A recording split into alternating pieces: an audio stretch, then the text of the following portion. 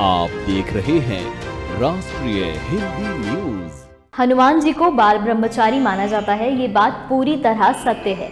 लेकिन ऐसा नहीं है कि हनुमान जी अविवाहित थे। हनुमान जी का पूरी रीति रिवाज और मंत्रों के साथ विवाह हुआ था और इनका एक पुत्र भी था।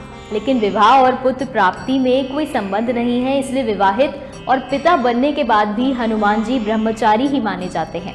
लेकिन आज हम आपको बताएंगे कि हनुमान जी की पत्नी का नाम क्या था और किन परिस्थितियों में उनका विवाह हुआ था और कहां पर हनुमान जी अपनी पत्नी के साथ विराजमान हैं।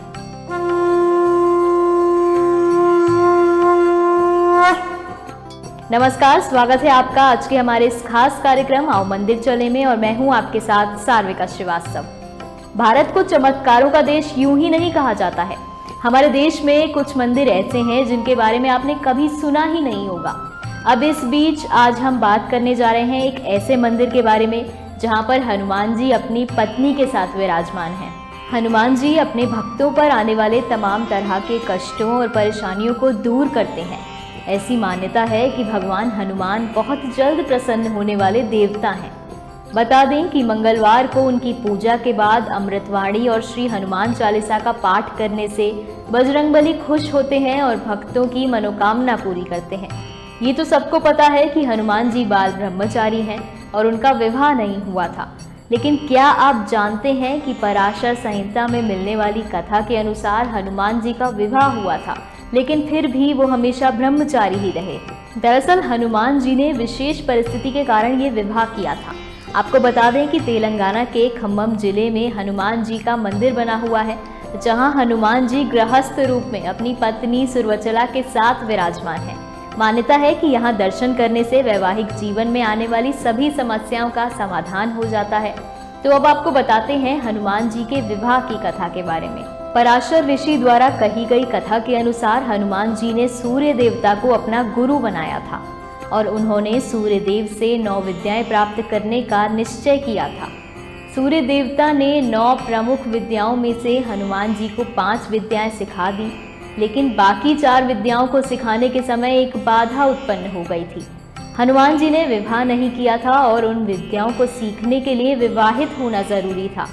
तब हनुमान जी के गुरु सूर्यदेव ने उनसे विवाह करने को कहा। अपने गुरु की आज्ञा से हनुमान जी ने विवाह करने का निश्चय किया। हनुमान जी से किस कन्या का विवाह किया जाए, अब ये समस्या सामने आई। तब सूर्यदेव ने अपनी ही परम तेजस्वी पुत्री सुरवचला से हनुमान को शादी करने का प्रस्ताव दिया था। इसके बाद हनुमान जी और सुरवचला का विवाह संपन्न हुआ। सुरवचला परम तपस्वी थी।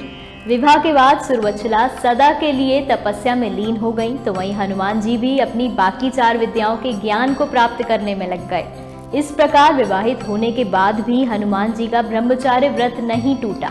आज भी तेलंगाना के खम्मम जिले में हनुमान जी का मंदिर बना हुआ है, जहां हनुमान जी गृहस्थ रूप में अपनी पत्नी सुरवचला के साथ विराजमान है। मान्यता है कि यहां दर्शन करने से वैवाहिक जीवन में आने वाली सभी समस्याओं का समाधान हो जाता है और दाम्पत्य जीवन सुखमय बनता है। यहाँ दर्शन करने से शादीशुदा जिंदगी की सारी परेशानियां दूर हो जाती हैं। अब प्रश्न उठता है कि हनुमान जी के पुत्र कौन थे। इस सवाल का जवाब वाल्मीकि रामायण में मिलता है, जिसके अनुसार हनुमान जी जब लंका दहन कर रहे थे तब लंका नगरी से उठने वाली ज्वाला की तेज आंच से हनुमान जी को पसीना आने लगा। पूंछ में लगी आग को बुझाने के लिए हनुमान जी समुद्र में पहुंचे। तब उनके शरीर से टपकी पसीने की बूंद को एक मछली ने पी लिया।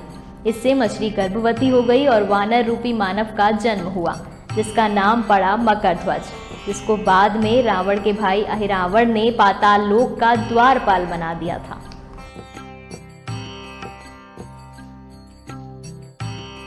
तो ये थी हनुमान जी की पत्नी और पुत्र की कहानी। आज के इस एपिसोड में इतना ही। अगले हफ्ते फिर से हर बुधवार की तरह आपको लेकर चलेंगे किसी ऐसे ही चमत्कारी मंदिर में। तब तक के लिए मुझे दीजिए इजाजत और देश और दुनिया की तमाम खबरों के लिए देखते रहिए राष्ट्रीय हिंदी न्यूज। धन्यवाद।